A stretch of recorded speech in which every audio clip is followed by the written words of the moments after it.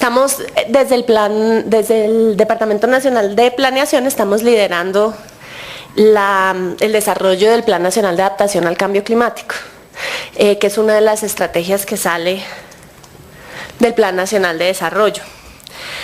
Eso no implica que lo estamos haciendo solos. Afortunadamente hemos logrado tener un equipo muy bueno, de primer nivel, que tiene al Ministerio de Ambiente, al IDEAM y a la Unidad Nacional de Gestión de Riesgo como sus actores principales.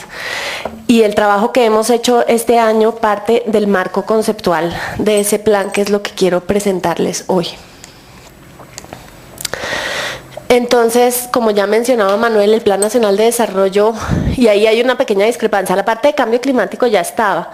Sí nos tocó cambiar el plan a última hora por lo de ola invernal y por el plan de inversiones que requería digamos, atender la ola invernal. Pero estas 4 paticas de la mesa que yo les llamo, que es la estrategia del país para enfrentar el cambio climático, afortunadamente ya estaban en el plan de desarrollo. Y son la estrategia de protección financiera ante desastres que lidera el Ministerio de Hacienda y Crédito Público, la política forestal y deforestación evitada.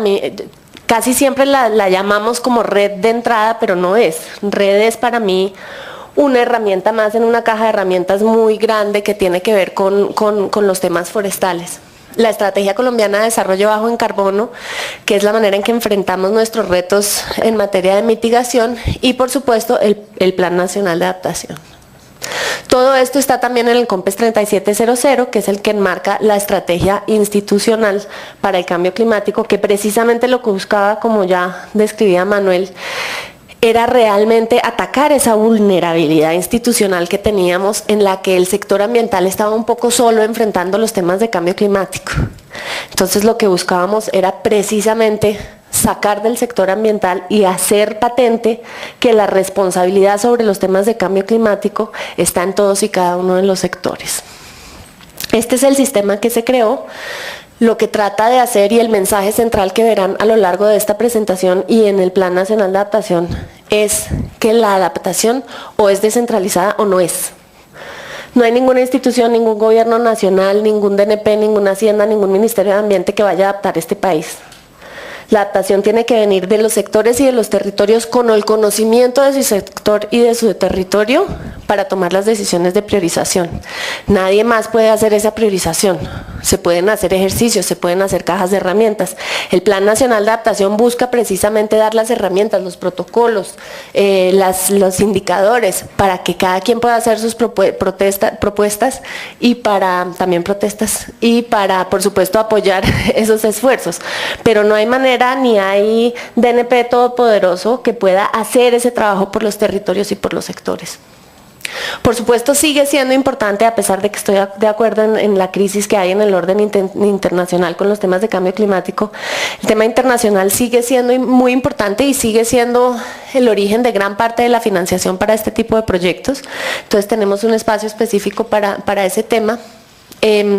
La producción de información es quizás la clave que hace que todo esto sea eficiente. Entonces, el fortalecimiento de la producción de información, y para mí, el que esa información sea pública y se pueda utilizar desde el nivel de los ciudadanos y no solamente de las instituciones, es clave. Creamos también en el COMPES lo que llamamos nosotros el anzuelo para que la gente se interese en cambio climático o por lo menos en gestionar proyectos de cambio climático, y es plata.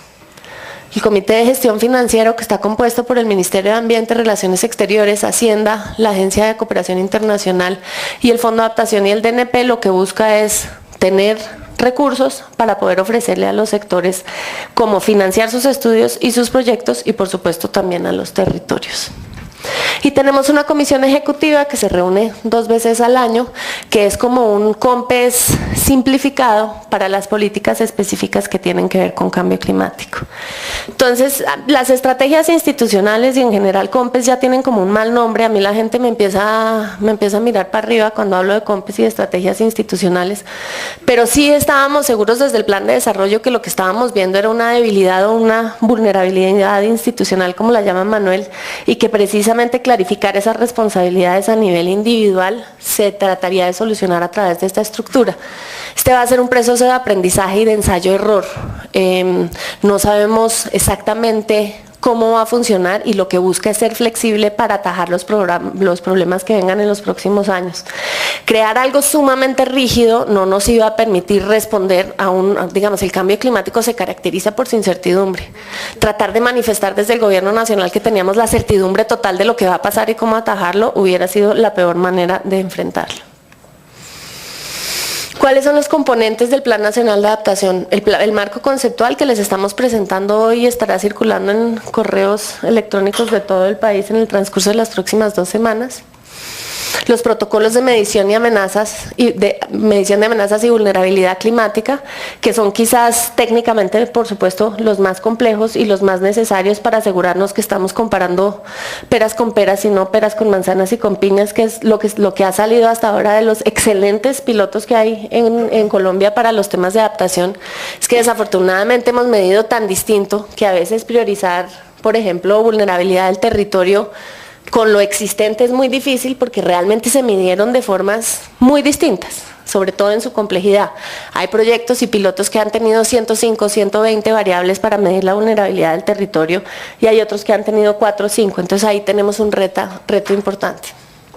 Y los planes que vienen desde los sectores y desde los territorios y para los temas de adaptación.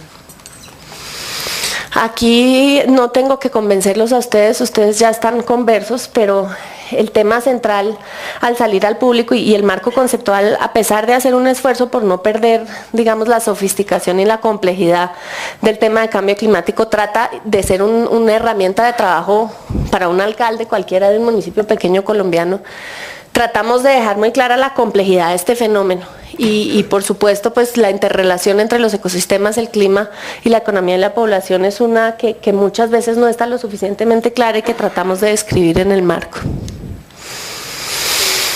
Hemos generado en ese sentido una apuesta que yo les confieso pensé que iba a ser más polémica, pero he tenido poca polémica alrededor de estos temas. Lo que nosotros consideramos es que al ser el Estado el que está proponiendo este plan de adaptación, tiene que tomar unas decisiones. Hay una frase que no he logrado traducir de manera suficientemente buena al español, pero strategy is choice.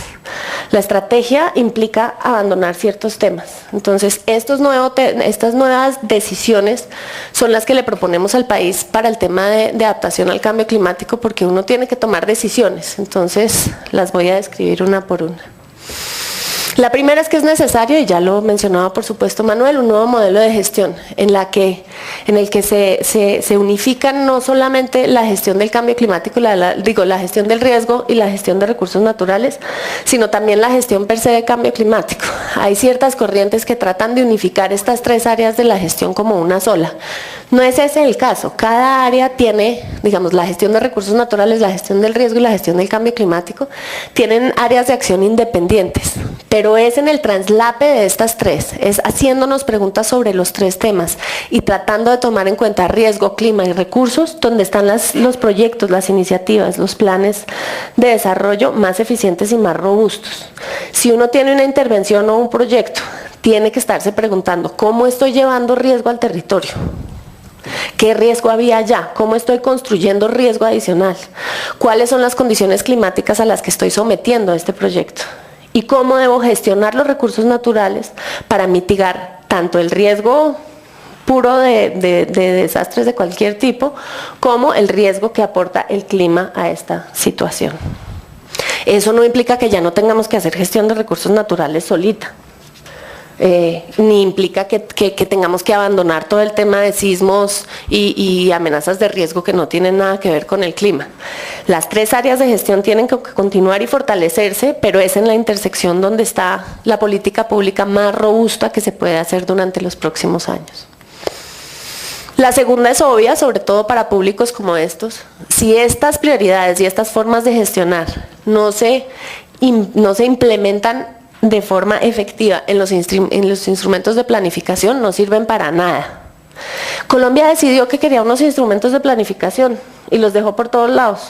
Si no nos gustan, cambiémoslos, pero existen y usémoslos. Entonces tenemos que usar los POTS, tenemos que usar los POMCAS, tenemos que partir de los planes tanto nacional como locales y regionales de desarrollo y por supuesto del tema de atención y y gestión del riesgo para incluir estos temas. Pero no podemos tratar de tener siempre, y ahí yo admito y espero que esta sea la última vez, no puede ser no puede haber un capítulo adicional para cambio climático y riesgo siempre. Este es un tema que tiene que estar implícito en cada uno de los sectores, no implícito, explícito en cada uno de los sectores. Tiene que, en el capítulo de la locomotora mineroenergética, tiene que tratarse el tema de cambio climático. No es una postdata, no es un agregado al final de todos nuestros documentos. Tenemos que empezar a tomarlo en cuenta desde cada uno de los sectores. Esta parece una obviedad, pero aunque no lo crean, esta quizás ha sido el punto que ha tenido más discusión, sobre todo con nuestros científicos en materia de cambio climático y tomando en cuenta lo que ha pasado con base en la ola invernal durante los últimos 2 años, pero la adaptación planificada es más costo efectiva. Eso no quiere decir que vaya a haber otras formas de adaptación. La familia que le está poniendo otra escalera a su casa, la gente, eso también es adaptación y está bien, pero si es preventiva y si es informada con escenarios climáticos de largo plazo, pues es más costo efectiva. No es ningún misterio. Entonces, ¿cómo vemos? La adaptación tiene que ser descentralizada o si no, no es. Pero la tenemos que articular. ¿Qué vemos nosotros? Que las ciudades y los municipios tienen la visión de los proyectos que necesitan localmente y tienen claro cuáles son sus objetivos específicos o locales. Nosotros estamos empezando a trabajar con los sectores. La semana pasada tuvimos una reunión muy interesante con el sector salud, en que hay una enorme frustración porque no existe información. No están las bases de datos a nivel municipal de cómo se han visto modificadas las enfermedades, ¿no?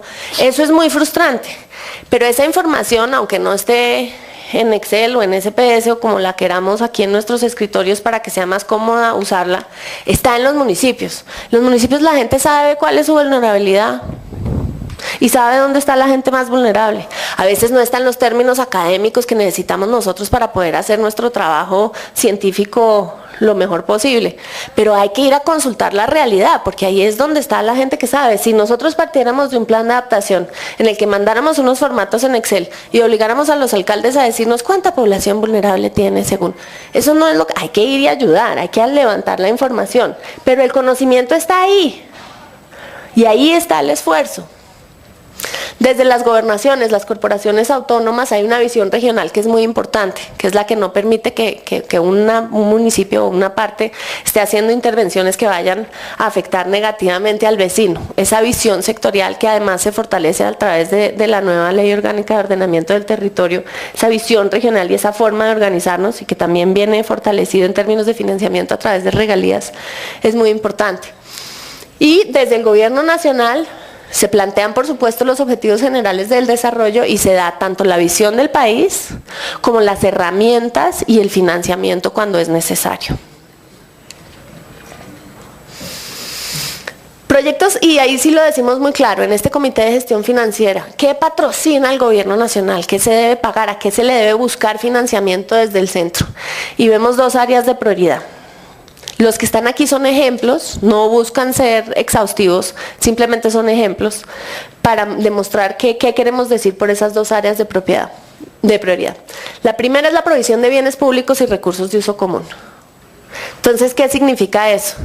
Promover, por ejemplo, programas educativos. Y yo creo, Manuel, que sí estamos más abiertos a los temas de transformación, por lo menos desde el punto de vista teórico al hacer el plan. Tenemos que ver cómo lo financiamos, pero el tema de la concientización y la educación alrededor de los temas de cambio climático y de adaptación es una parte muy importante del plan.